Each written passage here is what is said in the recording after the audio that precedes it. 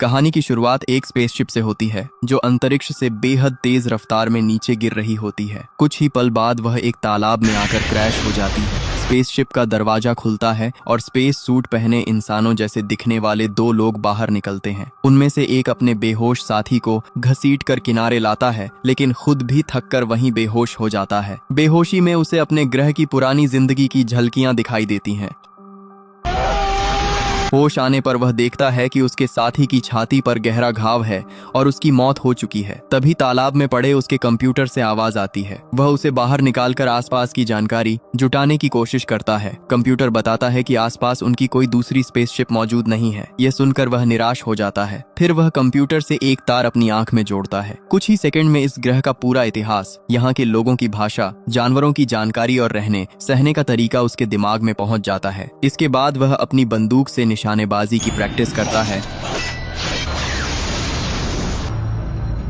और शाम होने पर अपने मरे हुए साथी को दफना देता है। अब उसका सिर्फ एक ही मकसद था, इस अनजान और खतरनाक जंगल से जिंदा निकलकर किसी तरह अपने ग्रह वापस पहुंचना। काफी देर तक जंगल में भटकने के बाद उसे एक विशाल व्हेल की लाश दिखाई देती है। उसे तुरंत समझ आ जाता है कि इतना बड़ा शिकार किसी इंसान का काम नहीं हो सकता। आगे बढ़ते हुए वह एक गाँव पहुँचता है, लेकिन वहाँ चारों तरफ तबाही फैली होती है। पूरा गाँव उजड़ा पड़ा था और ऐसा लग रहा था जैसे किसी भयानक दानव ने हमला किया हो। तभी उसे एहसास होता है कि कोई उसका पीछा कर रहा है। वह भागने लगता है, लेकिन जल्द ही एक घुड़सवार उसे पकड़कर बेहोश कर देता है। संघर्ष के दौरान उसकी बंदूक नदी में गिर जाती है। होश आने पर वह खुद को वाइकिंग्स के गांव में कैद पाता है। यह गांव चारों ओर से ऊंची लकड़ी की दीवारों से घिरा था। वहीं दूसरी तरफ गांव के राजा रोथगर अपनी बेटी फ्रेया को तलवारबाजी की ट्रेनिंग दे रहे थे। अभ्यास के दौरान फ्रेया साफ कह देती है कि वह किसी भी हाल में वुल्फ्रिक से शादी नहीं करेगी। तभी गलती से उसके कंधे पर चोट लग जाती है और राजा खुद उसकी मरहम पट्टी करते हैं। उसी समय वुल्फ्रिक वहां पहुंचकर खबर देता है कि पास का पूरा गांव बुरी तरह तबाह हो चुका है। हर तरफ खून फैला है, लेकिन हैरानी की बात यह है कि वहां एक भी लाश नहीं मिली। साथ ही उनके सैनिकों ने एक अजनबी आदमी को भी पकड़ लिया है जो इस इलाके का नहीं लगता।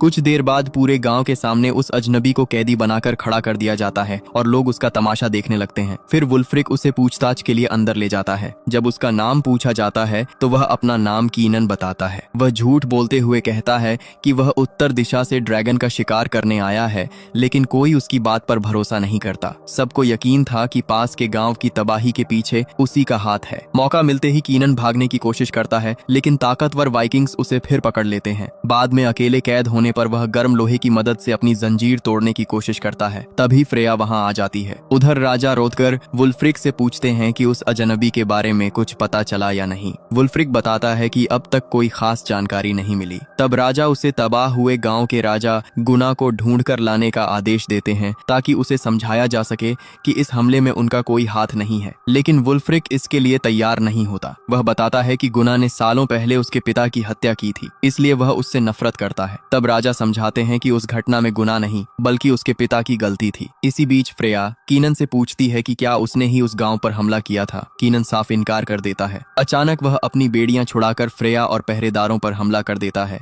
उन्हें हराकर वहां से भाग निकलता है। कीनन आधी रात को जंगल के रास्ते भाग रहा था। तभी अचानक पूरे गांव में दुश्मन के हमले का शोर मच गया। सभी वाइकिंग योद्धा हथियार लेकर बाहर निकल पड़े। उन्हें लगा कि राजा गुना अपनी सेना के साथ हमला करने आया है, लेकिन जब वे गांव से बाहर पहुंचे तो वहां कोई दुश्मन नहीं था। अचानक गांव के अंदर से लोगों की दर्दनाक चीखें सुनाई देने लगी। सब वापस दौड़े और देखा कि कोई अदृश्य बेहद खूंखार जीव लोगों को बेरहमी से मार रहा है। तभी कीनन भी वहां पहुंच गया। उसने उस दानव को देखते ही चिल्लाकर उसका नाम लिया, मूरवेन। तभी खुलासा होता है कि कीनन धरती पर इसी जानलेवा प्राणी का शिकार करने आया था। कीनन उस पर हमला करने ही वाला था कि वाइकिंग सैनिकों ने उसे फिर पकड़ लिया। उन्होंने उसे एक विशाल पत्थर से बांध दिया। उसी दौरान कीनन को अपने ग्रह की याद आने लगी, जब मूरवेन्स की सेना ने उसके लोगों पर हमला कर दिया था और वह अपने परिवार व साथियों को बचा नहीं पाया था। अगली सुबह एक गरीब अनाथ बच्चा कीनन को अपनी बची हुई ब्रेड का छोटा सा टुकड़ा देता है। दूसरी ओर गाँव वाले रात के हमले की गुत्थी सुलझाने में लगे थे। तभी कीनन को राजा रोथगर के सामने लाया जाता है। राजा उससे उस रहस्यमयी दानव के बारे में पूछते हैं। कीनन बताता है कि उस प्राणी का नाम मूरवेन है। उसने पहले उसके ग्रह को तबाह किया था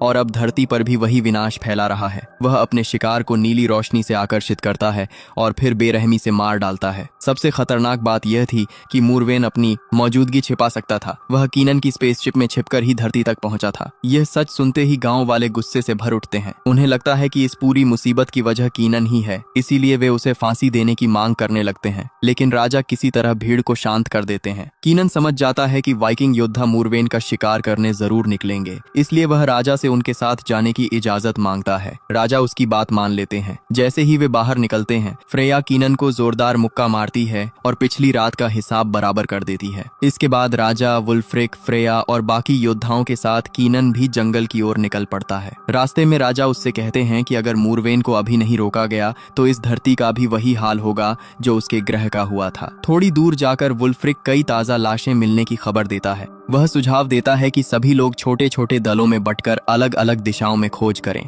लेकिन कीनन उन्हें चेतावनी देता है कि ऐसा करना बेहद खतरनाक होगा। उसकी सलाह थी कि सब साथ रहें। फिर भी राजा दो लोगों की टुकड़ियां बनाकर आगे बढ़ने का आदेश देते हैं। इसी दौरान राजा और उनके सेनापति बोरोमीर के सामने अचानक ऊपर से एक घोड़े का कटा हुआ सिर आ गिरता है। दूसरी ओर कुछ सैनिकों को एक गुफा के बाहर सड़ी गली लाशें दिखाई देती हैं। तभी गुफा के भीतर से किसी की दर्दनाक चीख सुनाई देती है। पूरी सेना तुरंत गुफा में घुसती है, जहां उनका सामना एक विशाल खूंखार भालू से होता है। गुफा लाशों से भरी पड़ी थी। सभी को लगता है कि इन्हीं हत्याओं के पीछे इसी भालू का हाथ है। वाइकिंग योद्धा उस पर टूट पड़ते हैं और आखिर में कीनन अपनी तलवार से उसका अंत कर देता है। कीनन की बहादुरी देखकर राजा उसकी कैद खत्म कर देते हैं। शाम होते ही पूरे गांव में जश्न मनाया जाता है। कीनन पहली बार आम गांव वालों की तरह कपड़े पहनकर उत्सव में शामिल होता है। अब लोग उसे शक की नजर से नहीं बल्कि एक योद्धा की तरह देखने लगे थे। राजा उसे अपने साथ बैठाकर भोजन कराते हैं। उसी दौरान वही गरीब बच्चा फिर उसके पास आता है जिसने उसे ब्रेड दी थी। कीनन उसका एहसान चुकाने के लिए अपनी तलवार उसे भेंट कर देता है। बच्चा अपना नाम एरिक बताता है और कहता है कि उसके माता पिता युद्ध में मारे गए थे। तभी से पूरा गांव मिलकर उसकी देखभाल करता है। कुछ देर बाद वुल्फ्रिक खेल में कीनन को चुनौती देता है। दोनों ढालों के ऊपर संतुलन बनाकर आगे बढ़ने का खेल खेलते हैं। कीनन कई बार फिसल जाता है, लेकिन वुल्फ्रिक उसका मजाक उड़ाने के बजाय हर बार हाथ बढ़ाकर उसे उठाता है। यहीं से दोनों के बीच दुश्मनी की जगह सम्मान पैदा होने लगता है। जश्न खत्म होने के बाद कीनन बाहर निकलता है, जहां फ्रेया उसका इंतजार कर रही होती है। वह अपने पिता की जान बचाने के लिए उसका धन्यवाद करती है, लेकिन कीनन कहता है कि असली खतरा अभी खत्म नहीं हुआ। भालू नहीं बल्कि मूरवेन जिंदा है और वह किसी भी वक्त फिर हमला कर सकता है। कीनन की बात पूरी भी नहीं हुई थी कि अचानक पूरे गांव में खतरे का शोर गूंज उठा। देखते ही देखते राजा गुना अपनी सेना के साथ गांव पर टूट पड़ा। दोनों ओर से तलवारें टकराने लगीं और भयंकर युद्ध छिड़ गया। कीनन और फ्रेया भी मैदान में उतर गए और कई कांति हाने की दुश्मनों को ढेर कर दिया। इधर गुना ने राजा रोथगर को घेर लिया था और अंतिम वार करने ही वाला था कि तभी कीनन बीच में कूद पड़ा और उनकी जान बचा ली। अब कीनन और गुना आमने सामने थे, लेकिन गुना के सैनिक उसे जबरदस्ती पीछे ले गए। उन्हें पता था कि कीनन से भिड़ना मौत को बुलाना होगा। जाते जाते गुना ने अपने गांव की तबाही का इल्जाम रोथगर पर लगाया और बदला लेने की कसम खाकर लौट गया। युद्ध खत्म होने के बाद फ्रेया ने कीनन को दोनों गांवों की दुश्मनी की असली वजह बताई। कई साल पहले वुल्फ्रिक के पिता ने आसपास के सभी गांवों को साथ लेकर फ्रांस पर हमला करने की योजना बनाई थी, लेकिन गुना समय पर नहीं पहुंच पाया। सभी ने इसे धोखा समझ लिया, जिसके बाद से दोनों गांव एक दूसरे के कट्टर दुश्मन बन गए।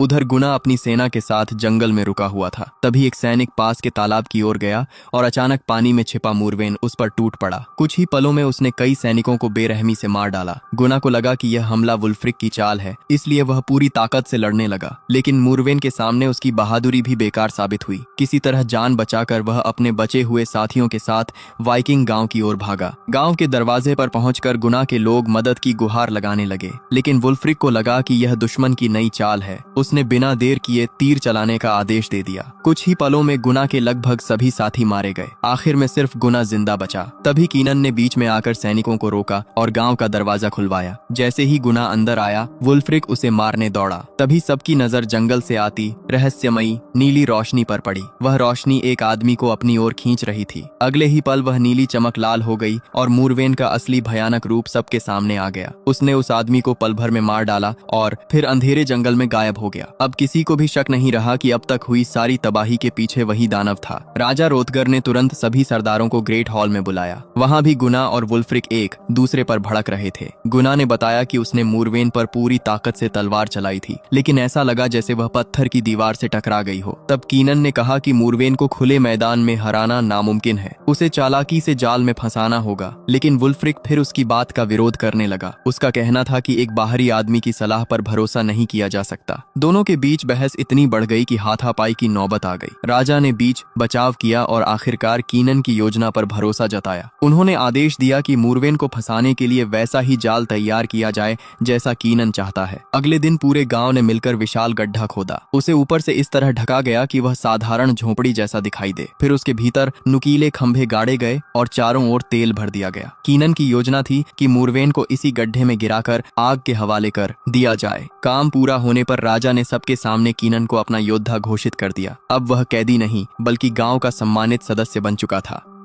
उधर पिछली रात मूरवेन के हमले में घायल बचा एक सैनिक होश में आया। उसने चारों ओर लाशों का ढेर देखा, लेकिन कुछ समझ पाता उससे पहले मूरवेन फिर वहां पहुंचा और उसे भी बेरहमी से मार डाला। इसी बीच कीनन और फ्रेया उसकी झोपड़ी में बैठे थे। पहली बार कीनन ने अपना पूरा सच बताया। उसने कहा कि उसके ग्रह के लोग पूरे ब्रह्मांड पर राज करना चाहते थे। उन्होंने मूरवेन्स के ग्रह पर हमला किया, भीषण बमबारी करके उनकी लगभग पूरी प्रजाति का सफाया कर दिया और बचे हुए मूरवेन्स का शिकार शुरू कर दिया। कीनन भी उसी सेना का हिस्सा था। इस मिशन के बदले उसके परिवार को बेहतर जीवन देने का वादा किया गया था। लेकिन ग्रह पर कब्जा होने के बाद पता चला कि एक मूरवेन अब भी जिंदा है। वही चुपके से उसकी स्पेसशिप में छिप गया और धरती तक पहुंच गया। आज धरती पर जो भी तबाही मची थी उसकी जड़ वही था। यह सच बताते हुए कीनन खुद को इस विनाश का जिम्मेदार मानने लगा। लेकिन फ्रेया ने उसे समझाया कि हर गलती का बोझ अकेले उठाना सही नहीं। फिर उसने अपनी खानदानी तलवार कीनन को सौंपते हुए कहा कि अब इसी तलवार से मूरवेन का अंत करना होगा। उधर गांव वाले अंतिम तैयारी कर चुके थे। आज रात फैसला होना था, या तो मूरवेन मरेगा या फिर पूरा गांव। रात होते ही गांव के विशाल दरवाजे खोल दिए गए। योजना के मुताबिक कीनन और वुल्फ्रिक मशालें लेकर गांव से बाहर निकले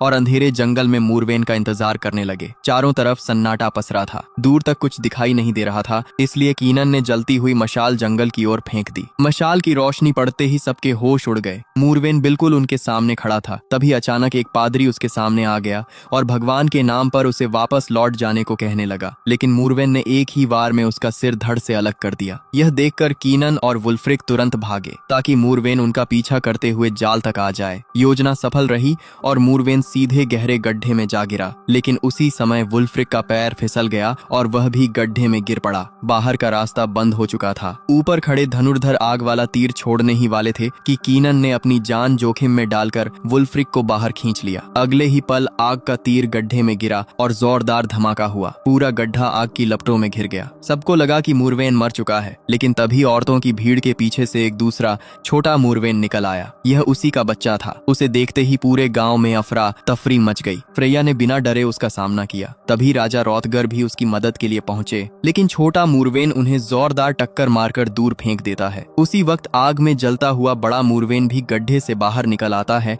और गुस्से में गांव वालों पर टूट पड़ता है। कीनन और वुल्फ्रिक मिलकर उसे रोकने की कोशिश करते हैं, लेकिन उसकी ताकत के आगे टिक नहीं पाते। तभी गुना उनकी मदद के लिए आता है, मगर मूरवेन अपनी पूंछ के एक ही वार से उसका सिर धड़ से अलग कर देता है और फिर जंगल की ओर भाग जाता है। उसी समय एरिक दौड़ता हुआ कीनन के पास आता है और बताता है कि दूसरा मूरवेन अभी भी जिंदा है और फ्रेया अकेले उसका सामना कर रही है। कीनन तुरंत वहां पहुंचता है, लेकिन फ्रेया अपने पिता की लाश को गोद में लेकर रो रही होती है। राजा रोथगर मारे जा चुके थे। अगली सुबह पूरा गाँव शोक में डूबा था। लोग डर के मारे अपना घर छोड़कर नावों में बैठने लगे। एरिक भी कीनन के साथ रुकना चाहता था, लेकिन कीनन ने उसे समझाया कि अभी गांव सुरक्षित नहीं है। उसने एरिक से वादा किया कि सब कुछ खत्म होने के बाद वह उसे फिर जरूर मिलेगा। राजा की मौत के बाद वुल्फ्रिक नया राजा बना, लेकिन अपने लोगों की हालत देखकर वह पूरी तरह टूट चुका था। तब कीनन ने उसका हौसला बढ़ाया और कहा कि जब तक दोनों मूरवेन्स जिंदा हैं, किसी की जिंदगी सुरक्षित नहीं होगी। इसके बाद कीनन ने बोरोमीर को एक नया और शक्तिशाली भाला बनाने का आदेश दिया। फिर वह फ्रेया और वुल्फ्रिक के साथ उस तालाब पर पहुंचा जहां उसकी स्पेसशिप गिरी थी। कीनन पानी के भीतर जाकर अपनी जरूरी चीजें ढूंढने ढूंढने लगा। अचानक उसे पानी में मूरवेन की परछाई दिखाई दी। वह तुरंत बाहर निकला, लेकिन बाहर का नजारा देखकर उसके होश उड़ गए। उनकी नाव पूरी तरह टूटी पड़ी थी। वुल्फ्रिक बेहोश पड़ा था और फ्रेया गायब थी। उधर बोरोमीर नया भाला तैयार कर चुका था। कीनन उसे लेकर एक पुराने कुएं में उतरा, जहां जमीन के नीचे जाने वाला गुप्त रास्ता था। वुल्फ्रिक और बोरोमीर भी उसके पीछे पीछे चल पड़े। दूसरी तरफ फ्रेया की आंख एक अंधेरी गुफा में खुलती है। चारों ओर इंसानों और जानवरों की लाशें बिखरी पड़ी थीं। तभी छोटा मूरवेन उसके सामने आ जाता है, लेकिन उसी समय उसे कीनन और उसके साथियों की आहट सुनाई देती है। इसीलिए वह फ्रेया को छोड़कर उनकी तरफ बढ़ जाता है। इधर कीनन और उसके साथी गुफा के अंदर पहुंचते हैं, जहां उबलते लावे से भरा विशाल गड्ढा था। तभी दोनों मूरवेन्स उन पर हमला कर देते हैं। जान की बाजी लगाकर वे मुकाबला करते हैं और आखिरकार छोटे मूरवेन को मार गिराते हैं। लेकिन इस लड़ाई में बोरोमीर अपनी जान गंवा देता है। उधर जख्मी छोटा मूरवेन अब देख नहीं सकता था। वह सिर्फ आवाज के सहारे फ्रेया को ढूंढ रहा था। दूसरी तरफ दीवार के पार खड़े कीनन और वुल्फ्रिक उसे लगातार आवाज दे रहे थे। आवाज सुनते ही मूरवेन उसी दिशा में हमला कर देता है। फ्रेया ऐन वक्त पर बच जाती है और दीवार में एक छोटा सा छेद बन जाता है। छेद इतना छोटा था कि कीनन उसके पास नहीं पहुंच सकता था। उसने अपना भाला फ्रेया की ओर बढ़ाया। फ्रेया ने पूरी ताकत से वार किया और आखिरकार छोटे मूरवेन का अंत कर दिया। लेकिन उनकी राहत ज्यादा देर नहीं टिक सकी। तभी बड़ा मूरवेन वहां पहुंचा और अपने मरे हुए बच्चे को देखकर गुस्से से पागल हो गया। उसकी भयानक दहाड़ पूरी गुफा में गूंज उठी। कीनन, फ्रेया और वुल्फ्रिक अपनी जान बचाने के लिए पहाड़ी की ओर भागे। रास्ता बेहद फिसलन भरा था। फ्रेया का पैर फिसल गया, लेकिन कीनन ने समय रहते उसका हाथ पकड़ लिया। तभी बड़ा मूरवेन पीछे से आ पहुंचा और उसने वुल्फ्रिक पर हमला कर दिया। फिर उसे उठाकर कीनन की तरफ फेंक दिया। इसके बाद वह दोबारा गुफा में घुस गया। कीनन तलवार लेकर उसके पीछे दौड़ा और एक ही वार में उसकी टांग काट डाली। घायल होने के बावजूद मूरवेन पीछे से उस पर झपटा, लेकिन उसी वक्त फ्रेया ने पीछे से हमला कर दिया। मौका मिलते ही कीनन ने लगातार कई वार किए। आखिरकार उसने अपनी पूरी ताकत लगाकर मूरवेन का हाथ काट दिया। संतुलन बिगड़ते ही वह गहरी खाई में गिर गया और हमेशा के लिए खत्म हो गया। तीनों घायल हालत में वुल्फ्रिक के पास पहुंचे। उसने आखिरी सांस लेते हुए पूछा, क्या मूरवेन मर गया? कीनन और फ्रेया ने मुस्कुराकर हाँ में सिर हिलाया। वुल्फ्रिक ने चैन की सांस ली और अपना राजा बनने वाला लॉकेट कीनन को सौंप दिया। यह संकेत था कि उसके बाद गांव की जिम्मेदारी अब कीनन संभालेगा। कुछ ही पलों बाद वुल्फ्रिक ने हमेशा के लिए आंखें बंद कर लीं। इसके बाद कीनन और फ्रेया गांव लौटे और सभी को मूरवेन के अंत की खुशखबरी सुनाई। समय बीतने के साथ दोनों ने शादी कर ली। कीनन गांव का नया राजा बना और उसने एरिक को अपना बेटा बना लिया। एक समय जो योद्धा अपने गृह लौटना चाहता था, आखिरकार उसे धरती पर ही अपना नया परिवार और नई जिंदगी मिल गई। दोस्तों, वीडियो कैसी लगी हमें कमेंट करके जरूर बताएं। साथ ही ऐसी ही और वीडियो के लिए चैनल को सब्सक्राइब भी कर लें। मिलते हैं अगली शानदार वीडियो में।